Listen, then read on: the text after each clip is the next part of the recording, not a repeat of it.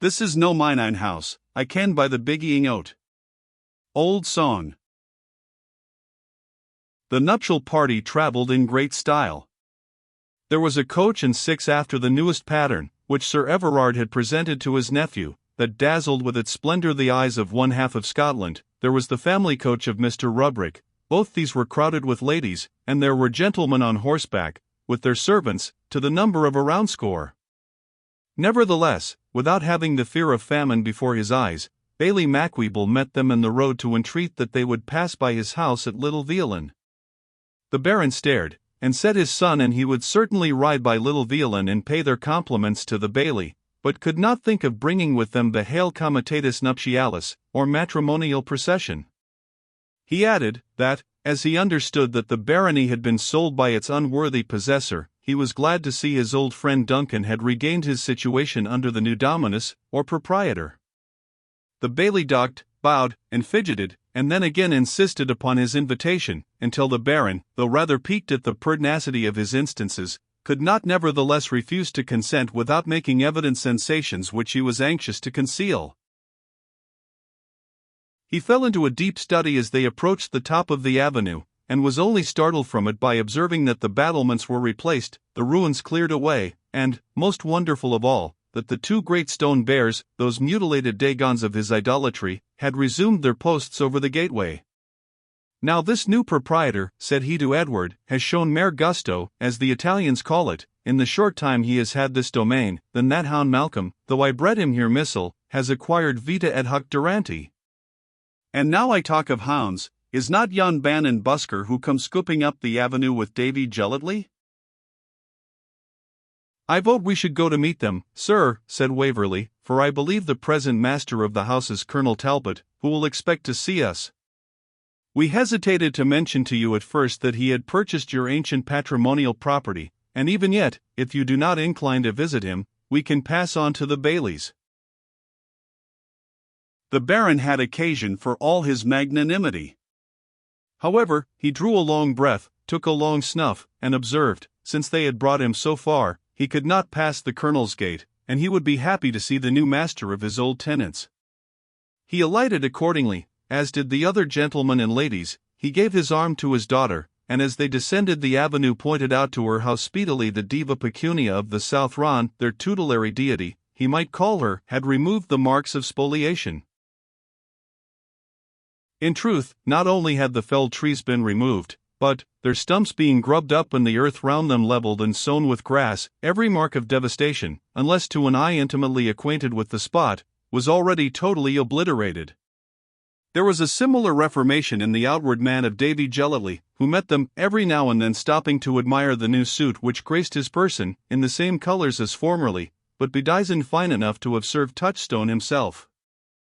He danced up with his usual ungainly frolics, first to the Baron and then to Rose, passing his hands over his clothes, crying, "Bra, bra Davy," and scarce able to sing a bar to an end of his 1001 songs for the breathless extravagance of his joy. The dogs also acknowledged their old master with 1,000 gambols.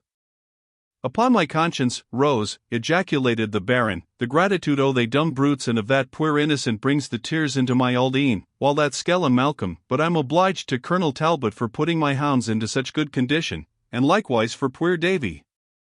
But, Rose, my dear, we must not permit them to be a life-rent burden upon the estate." As he spoke, Lady Emily, leaning upon the arm of her husband, met the party at the lower gate with 1,000 welcomes. After the ceremony of introduction had been gone through, much abridged by the ease and excellent breeding of Lady Emily, she apologized for having used a little art to wall them back to a place which might awaken some painful reflections, but as it was to change masters, we were very desirous that the Baron. "Mr. Bradwardine, madam, if you please," said the old gentleman. "Mr. Bradwardine, then, and Mr. Waverley should see what we have done towards restoring the mansion of your fathers to its former state." The Baron answered with a low bow. Indeed, when he entered the court, excepting that the heavy stables, which had been burnt down, were replaced by buildings of a lighter and more picturesque appearance, all seemed as much as possible restored to the state in which he had left it when he assumed arms some months before. The pigeon house was replenished, the fountain played with its usual activity, and not only the bear who predominated over its basin, but all the other bears whatsoever, were replaced on their several stations, and renewed or repaired with so much care that they bore no tokens of the violence which had so lately descended upon them. While these minutiae had been so needfully attended to, it is scarce necessary to add that the house itself had been thoroughly repaired, as well as the gardens, with the strictest attention to maintain the original character of both, and to remove as far as possible all appearance of the ravage they had sustained. The Baron gazed in silent wonder. At length he addressed Colonel Talbot. "While I acknowledge my obligation to you, sir, for the restoration of the badge of our family, I cannot but marvel that you have nowhere established your own crest, whilk is, I believe, a mastiff, anciently called a Talbot, as the poet has it. A Talbot strong, a sturdy tyke. At least such a dog is the crest of the martial and renowned Earls of Shrewsbury, to whom your family are probably blood relations." "I believe," said the Colonel, smiling, "our dogs are whelps of the same litter. For my part, if crests were to dispute precedence, I should be apt to let them, as the proverb says, fight dog, fight bear." As he made this speech, at which the Baron took another long pinch of snuff, they had entered the house, that is, the Baron, Rose, and Lady Emily, with young Stanley and the Bailey, for Edward and the rest of the party remained on the terrace to examine a new greenhouse stocked with the finest plants. The Baron resumed his favourite topic. "However it may please you to derogate from the honour of your burgonet, Colonel Talbot, which is doubtless your humour, as I have seen in other gentlemen of birth and honour in your country, I must again repeat it as a most ancient and distinguished bearing, as well as that of my young friend Francis Stanley, which is the eagle and child. The bird in bantling they call it in Derbyshire, sir," said Stanley. "Uri daft callant, sir," said the Baron, who had a great liking to this young man, perhaps because he sometimes teased him, "Uri daft callant, and I must correct you some of these days," shaking his great brown fist at him. "But what I meant to say, Colonel Talbot, is, that yours is an ancient prosapia, or descent, and since you have lawfully and justly acquired the estate for you and yours which I have lost for me and mine, I wish it may remain in your name as many centuries as it has done in that of the late proprietors." "That," answered the Colonel, "is very handsome, Mr. Bradwardine, indeed. And yet, sir, I cannot but marvel that you, Colonel, whom I noted to have so much of the amor patriti, when we met in Edinburgh as even to Philip and other countries, should have chosen to establish your Lares, or household gods, procula patrii finibus, and in a manner to expatriate yourself. Why really, Baron, I do not see why, to keep the secret of these foolish boys, Waverley and Stanley, and of my wife, who is no wiser, one old soldier should continue to impose upon another. You must know, then, that I have so much of that same prejudice in favour of my native country, that the sum of money which I advanced to the seller of this extensive barony has only purchased for me a box in Yeshire, called Breerwood Lodge, with about 250 acres of land, the chief merit of which is, that it is within a very few miles of Waverley Honour. And who, then, in the name of heaven, has bought this property? That, said the Colonel, it is this gentleman's profession to explain. The Bailey, whom this reference regarded, and who had all this while shifted from one foot to another with great impatience, like a hen, as he afterwards said, upon a het girdle, and chuckling, he might have added, like the said hen in all the glory of laying an egg, now pushed forward. That I can, your honour, drawing from his pocket a budget of papers, and untying the red tape with a hand trembling with eagerness. Here is the disposition and assignation by Malcolm Bradwardine of Inchgrabbit, regularly signed and tested in terms of the statute, whereby, for a certain sum of sterling money presently contented and paid to him, he is dispowned, alienated, and conveyed the whole estate and barony of Bradwardine, Tullyveolan, and others, with the Fort Allison Manor Place. For God's sake, to the point, sir, I have all that by heart, said the Colonel. To Cosmo Common Bradwardine, Esq., pursued the Bailey, his heirs and assignees, simply and irredeemably, to be held either a me veldime. Pray read short, sir. On the conscience of an honest man, Colonel, I read as short as is consistent with style, under the burden and reservation always. Mr. Macweeble, this would outlast a Russian winter, give me leave.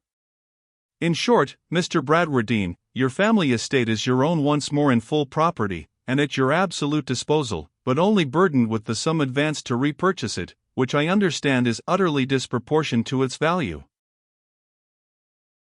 And auld sang, if it please your honours, cried the baillie, rubbing his hands, look at the rental book.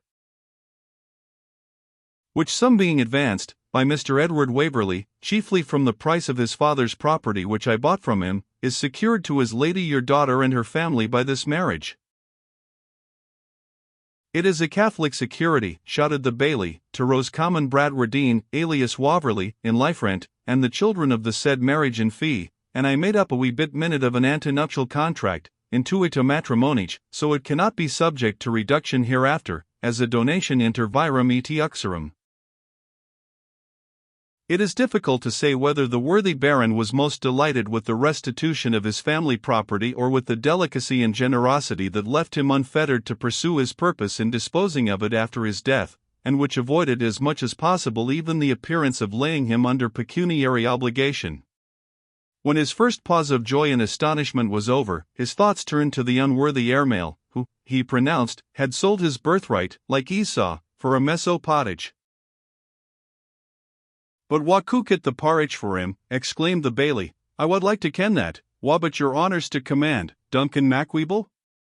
His honour, young Mr. Waverley, put it into my hand frae the beginning, frae the first calling o' the summons, as I may say. I circumvented them, I played at bogle about the bush why them I cajoled them, and if I have a Jean Inch Grabbit and Jamie Howie a bonny begunk, they ken themselves. Him a writer. I didna gie slapdash to them why our young bridegroom, to gar them bought up the market.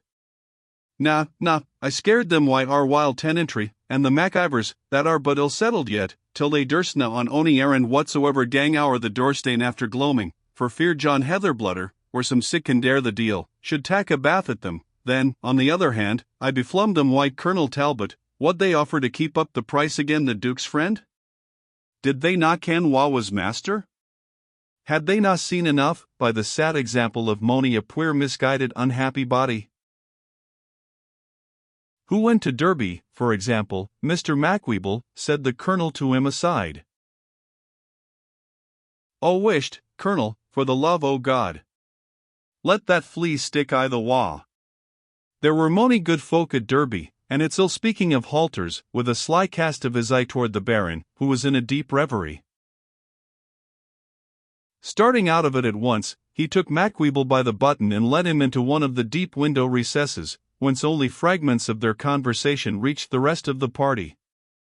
It certainly related to stamp paper and parchment, for no other subject, even from the mouth of his patron, and he once more an efficient one, could have arrested so deeply the bailie's reverent and absorbed attention. I understand your honour perfectly, it can be done as easy as taking out a decreet in absence. To her and him, after my demise, and to their heirs male, but preferring the second son, if God shall bless them with two, who is to carry the name and arms of Bradwardine of that ilk, without any other name or armorial bearings whatsoever. Tut, your honour, whispered the baillie, I'll mak a slight jotting the morn, it will cost but a charter of resignation in favorum, and I'll hae it ready for the next term an exchequer. Their private conversation ended, the baron was now summoned to do the honours of Tully Veolan to new guests. These were Major Melville of Cairnvreckan and the Reverend Mr. Morton, followed by 2 or 3 others of the baron's acquaintances, who had been made privy to his having again acquired the estate of his fathers. The shouts of the villagers were also heard beneath in the courtyard, for Saunders Saunderson, who had kept the secret for several days with laudable prudence, had unloosed his tongue upon beholding the arrival of the carriages. But, while Edward received Major Melville with politeness and the clergyman with the most affectionate and grateful kindness, his father-in-law looked a little awkward, as uncertain how he should answer the necessary claims of hospitality to his guests, and forward the festivity of his tenants.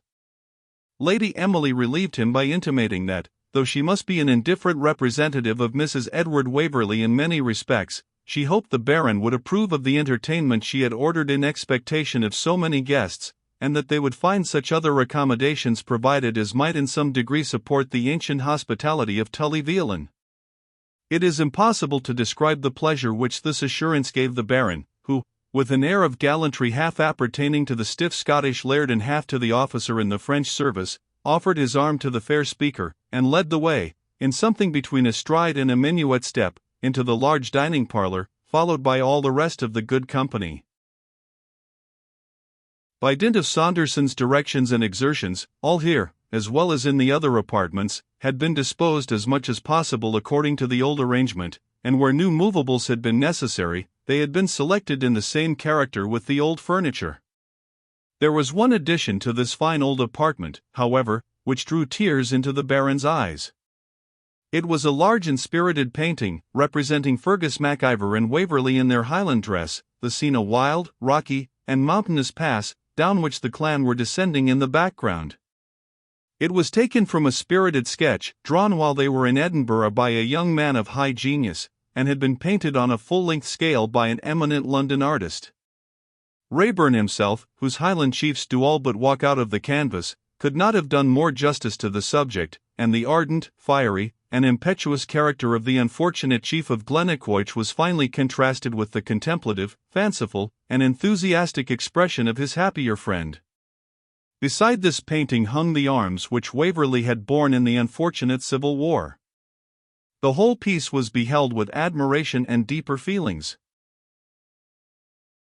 Men must, however, eat, in spite both of sentiment and virtue, and the Baron, while he assumed the lower end of the table, insisted that Lady Emily should do the honours of the head, that they might, he said, set a meet example to the young folk. After a pause of deliberation, employed in adjusting in his own brain the precedence between the Presbyterian Kirk and Episcopal Church of Scotland, he requested Mr. Morton, as the stranger, would crave a blessing, observing that Mr. Rubrick, who was at home, would return thanks for the distinguished mercies it had been his lot to experience. The dinner was excellent. Saunderson attended in full costume, with all the former domestics, who had been collected, excepting one or two, that had not been heard of since the affair of Culloden.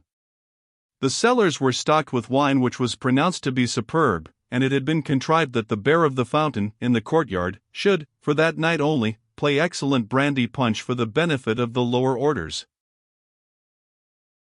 When the dinner was over, the Baron, about to propose a toast, cast a somewhat sorrowful look upon the sideboard, which, however, exhibited much of his plate, that had either been secreted or purchased by neighbouring gentlemen from the soldiery, and by them gladly restored to the original owner. In the late times, he said, those must be thankful who have saved life and land, yet when I am about to pronounce this toast, I cannot but regret an old heirloom, Lady Emily, a poculum potatorium, Colonel Talbot. Here the Baron's elbow was gently touched by his major domo, and, turning round, he beheld in the hands of Alexander of Alexandro the celebrated cup of St. Duthac, the blessed bear of Bradwardine. I question if the recovery of his estate afforded him more rapture. By my honour, he said, one might almost believe in brownies and fairies, Lady Emily, when your ladyship is in presence. I am truly happy, said Colonel Talbot, that, by the recovery of this piece of family antiquity, it has fallen within my power to give you some token of my deep interest in all that concerns my young friend Edward. But that you may not suspect Lady Emily for a sorceress, or me for a conjurer, which is no joke in Scotland, I must tell you that Frank Stanley, your friend, who has been seized with a tartan fever ever since he heard Edward's tales of old Scottish manners, happened to describe to us at second-hand this remarkable cup. My servant, Spontoon, who, like a true old soldier, observes everything and says little, gave me afterwards to understand that he thought he had seen the piece of plate Mr. Stanley mentioned in the possession of a certain Mrs. Nosebag, who, having been originally the helpmate of a pawnbroker, had found opportunity during the late unpleasant scenes in Scotland to trade a little in her old line, and so became the depositary of the more valuable part of the spoil of half the army. You may believe the cup was speedily recovered, and it will give me very great pleasure if you allow me to suppose that its value is not diminished by having been restored through my means. A tear mingled with the wine which the Baron filled, as he proposed a cup of gratitude to Colonel Talbot, and the prosperity of the united houses of Waverley Honour and Bradwardine. It only remains for me to say that, as no wish was ever uttered with more affectionate sincerity, there are few which, allowing for the necessary mutability of human events, have been upon the whole more happily fulfilled.